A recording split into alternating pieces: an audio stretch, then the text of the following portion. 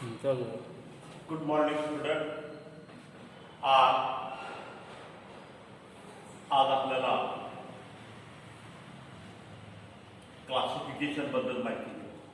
सर्वप्रथम मी तुम्हाला दसऱ्याच्या हार्दिक शुभेच्छा देतो.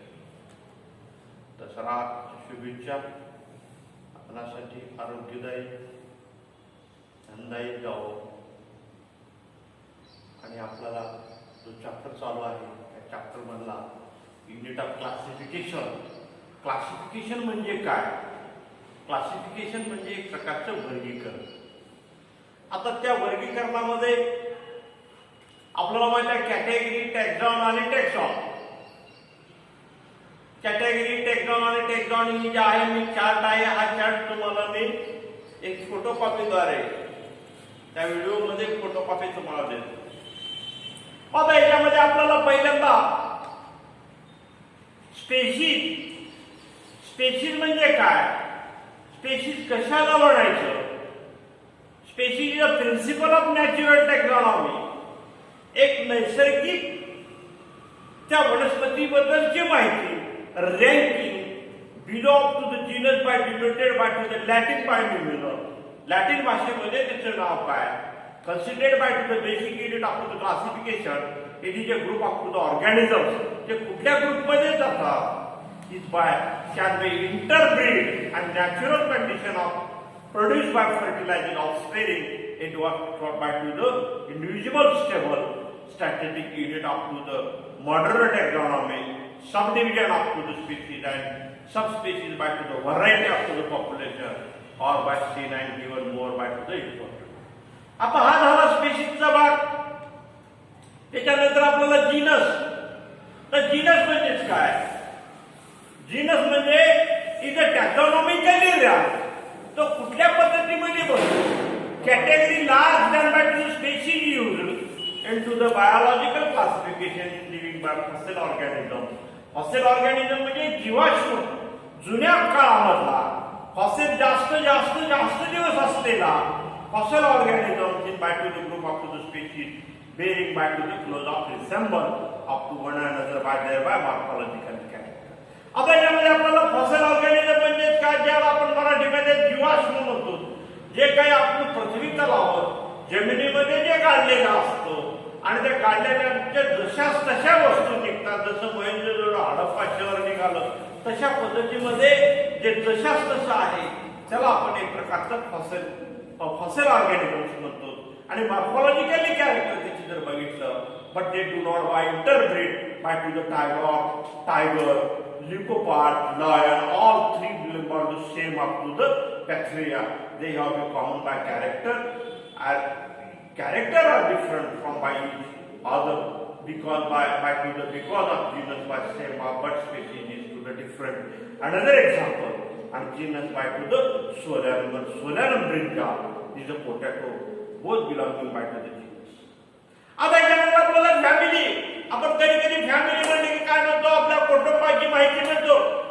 फॅमिली म्हणजे याचं फॅमिली रिलेशन काय, त्याची फॅमिली बॅकग्राऊंड काय. तशा पद्धतीमध्ये वनस्पतीमध्ये प्राण्यांमध्ये एक फॅमिली आढळून येतो.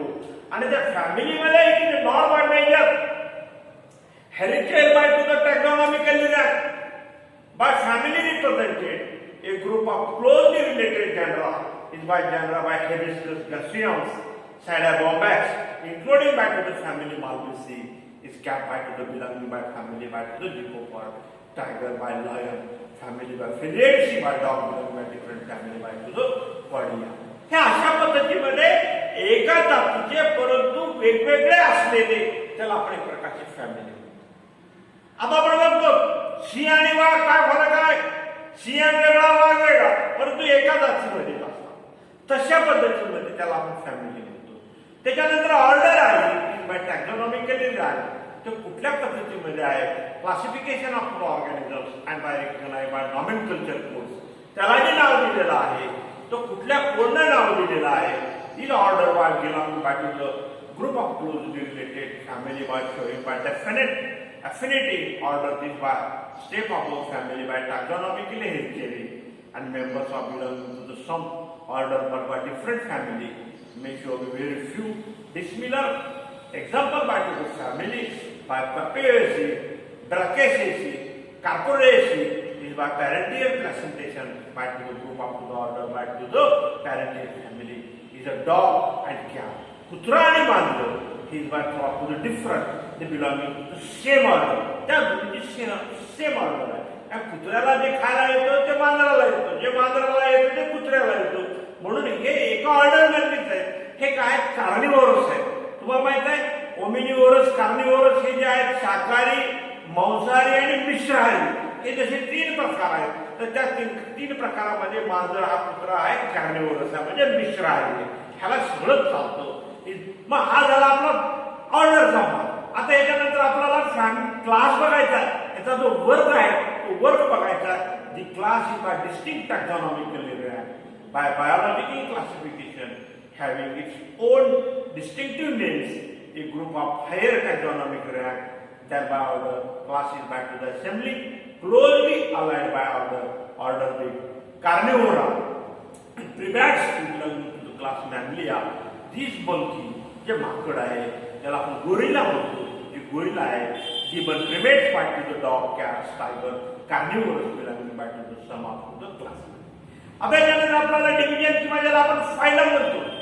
फायलम मध्ये the division of to the category by to the compose of related class by example by division by to the angiospermic including by to the 2 classes dicotyledon आणि मोनोकॉटिलिडॉन. जर वनस्पतीमध्ये जर बघितलं आपण तर वनस्पतीमध्ये 2 प्रकारच्या वनस्पती, 2 प्रकारचे सीड्स आपल्याला पहिल्यांदा बघायला मिळतात. ते 2 प्रकारचे सीड्स म्हणजे कुठले आले. एक डायकॉट ज्याला आपण द्विदल म्हणतो आणि एक मोनोकॉट आहे त्याला आपण एकदल म्हणतो. डायकॉटिलिडॉन आणि monocotyledon is by animals classification division by subunit of the category by to the file. आता यानंतर आपल्याला सब किंगडम बघायचा. तर सब किंगडम म्हणजे काय. Different division having some similarities from by to the sub kingdoms. This by division by to the angiospermic and by gymnosperm will be sub kingdom. Canorhamous and Spermatophyta. आणि शेवटचा जो येतो तो आपल्याला किंगडमचा भाग. किंगडम म्हणजे एक प्रमुख. किंगडम म्हणजे प्रमुख म्हणजे काय. हे प्लांट आहे काय हे ॲनिमल आहे हे महत्वाचं आहे. हा पशु आहे का वनस्पती आहे ह्याला आपण किंगडम म्हणतो. आणि ही kingdom highest taxonomically category composed by 2 different sub-kingdoms up to the sub-kingdom by Canorhamous and Cryptogamous from by to the plant kingdom or by plantae, we by including by to the all plants, filed by all animals or by including by Animalia and by the kingdom up to the Animalia and a taxonomically category whereby to the considered by to so far or broad category and scientists have added by to the subcategory. Is thereby order by place by to the organisms is more scientific manner. You will be observed that will be higher and taxonomically ladder number up to the common category up to the descending in order by comparing about 2 organisms and in related attributes of the division up to the phylum level by classification become up to the difficult. आता हे सगळं झाल्यानंतर आपल्याला 2 प्रकारचे classification बघायचं आहे. एक प्रकारे बघायचं आपल्याला कोबराचं आणि दुसरं आहे चायना रोजचं. चायना रोज म्हणजे मराठीमध्ये त्याला आपण जास्वंदी म्हणतो. आता समजा ही कॅटेगरी आहे. याच्यानंतर टॅक्सॉन आणि परत याचं टॅक्सॉन. तर सुरुवातीला आपल्याला याचे किंगडम बघूया. आता हा किंगडम मध्ये टॅक्सॉन मध्ये काय होतो. हा प्लांट, हा ॲनिमेलिया,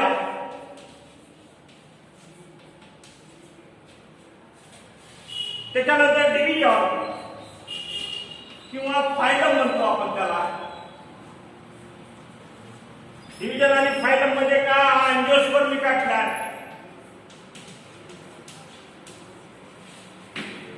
एंजियोस्पर्मिक आणि आहे कॉर्डेटा. आता कॉर्डेटा मीन्स ज्याला पाठीचे मणके आहे सरपटणारे आहेत त्याला आपण कॉर्डेटा म्हणतो. त्याच्यानंतर क्लास येतो. क्लास मध्ये काय. डायकॉट आणि ह्याच्यामध्ये काय रेप्टाइल.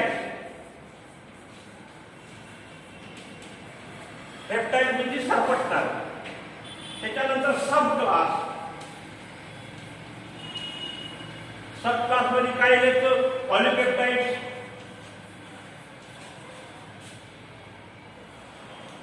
पॉलिपेटल आणि डायस्पेडिया. डायस्पेडिया. त्याच्यानंतर सिरीज येते. सिरीज मध्ये काय? थॅल्मोफोरा.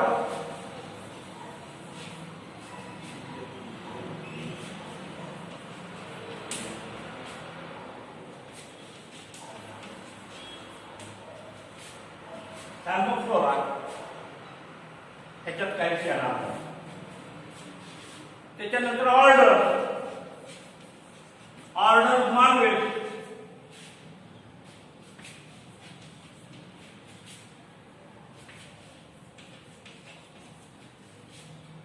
आणि शिकोमेटा.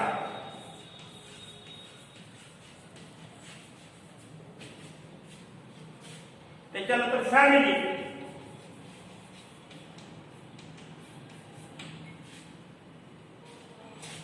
मार्वेसी.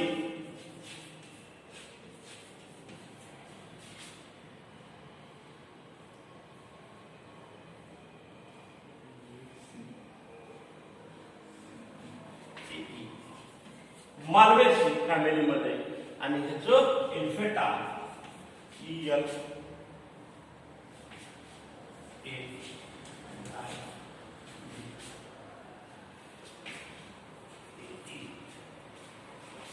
आणि मग जिनस. जिनस मध्ये काय? हेबिस्कस.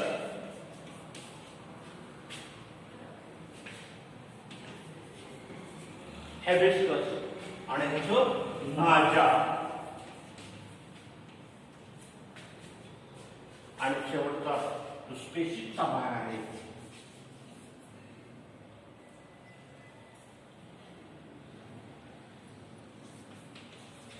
स्पेसिसचा भाग मध्ये रोजा सिनॅसी.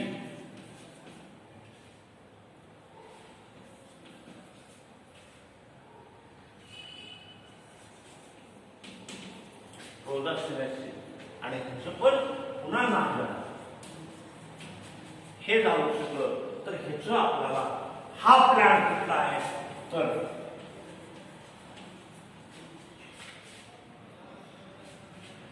हा प्लॅन आहे. एक्झाम्पल दिलेला आपण चायना रोड. आणि ह्याचं दिलंय कोबरा.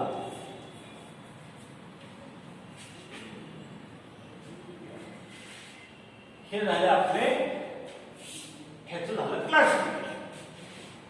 याला आपण वर्गीकरण म्हणतो. हे प्लांटचं वर्गीकरण. सॉरी, हे प्लांटचं वर्गीकरण. हे ॲनिमलचं वर्गीकरण. ॲनिमल कुठला आहे? सरपटणार आहे. प्राणी कुठला आहे? सरपटणार आहे. परंतु पाठीचे मणके असलेला आहे, कणा असलेला आहे. आणि वनस्पती कुठली आहे? डायकॉटिमिडॉन आहे. म्हणजेच काय? द्विदल आहे. तर अशा पद्धतीने आपलं हे क्लासिफिकेशन, युनिट ऑफ क्लासिफिकेशन झालं. आता आपल्याला माहिती आहे नॉमेनक्लेचर करायचं आहे. आता नॉमेनक्लेचर काय करायचं आहे? एखाद्या वनस्पतीचं नाव ठेवायचं आहे किंवा एखाद्या प्राण्याचं नाव ठेवायचं आपल्याला. त्याला आपण नॉमेनक्लेचर किंवा आपण मराठीमध्ये त्याला आपण काय म्हणतो? नामकरण सोहळा. नामकरण सोहळा कसा असतो? आता आपल्याला जुन्या काळामध्ये माहिती आहे, आपण एखाद्या व्यक्तीचे नाव ठेवत असताना आपल्याला पुराणिक काहीतरी आपल्याकडे संदर्भ होते. त्या संदर्भाशी या पुरुषाचं नाव ठेवायचं. परंतु मग काही कालांतराने काय झालं? त्याच्यामध्ये बदल होत गेला.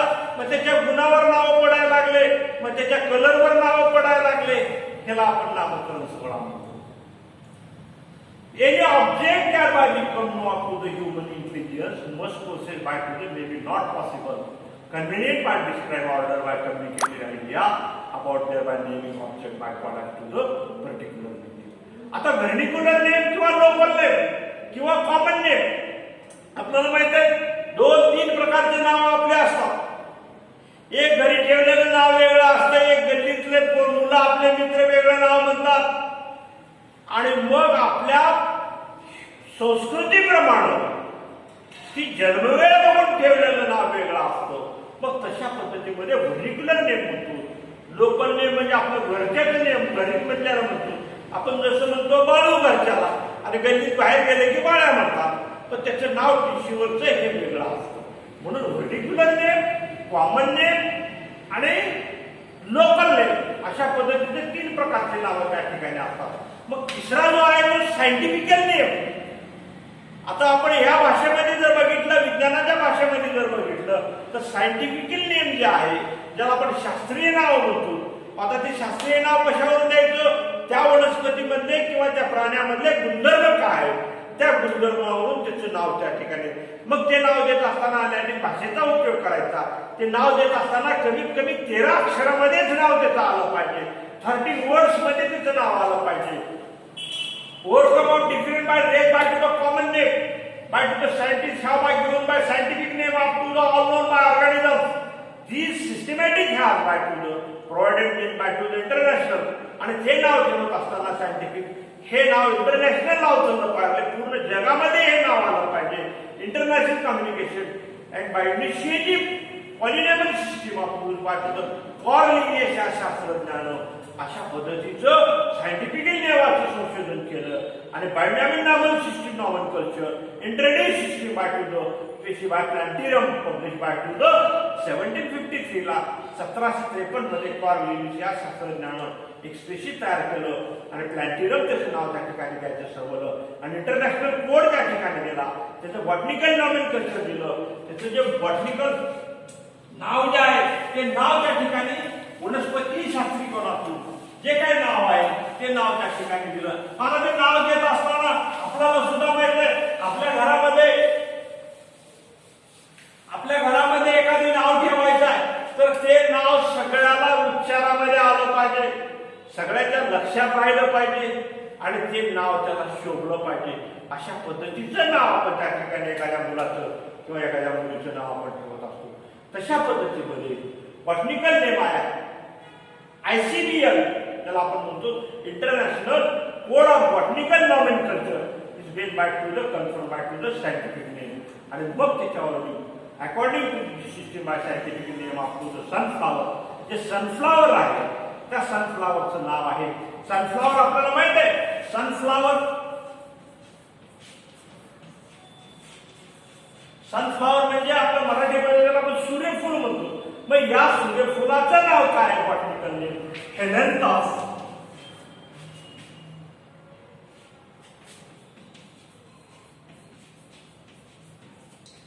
हेलेंथस ॲनस हे झालं बॉटनिकल नेम. जशा पद्धतीमध्ये आपण चायनावरचं बघितलं हॅबिस्कस रोझा सिनेसिस हे त्या हॅबिस्कसचं नाव आहे. जशा पद्धतीमध्ये आपण गोबराचं बघितलं नाजा नाव आहे, तशा पद्धतीमध्ये हेबिस्कस सिनेसिस बाय टू द हेलेंथस indicate name by to the genus of generic name आणि सेकंड वर्ड आहे by do by name of the species. आणि अशा पद्धतीमध्ये binomial structure by to the certain rules म्हणजे नाव देत असतात त्याचे काय पद्धती आहेत त्या पद्धती आपण बघतो. Name of organism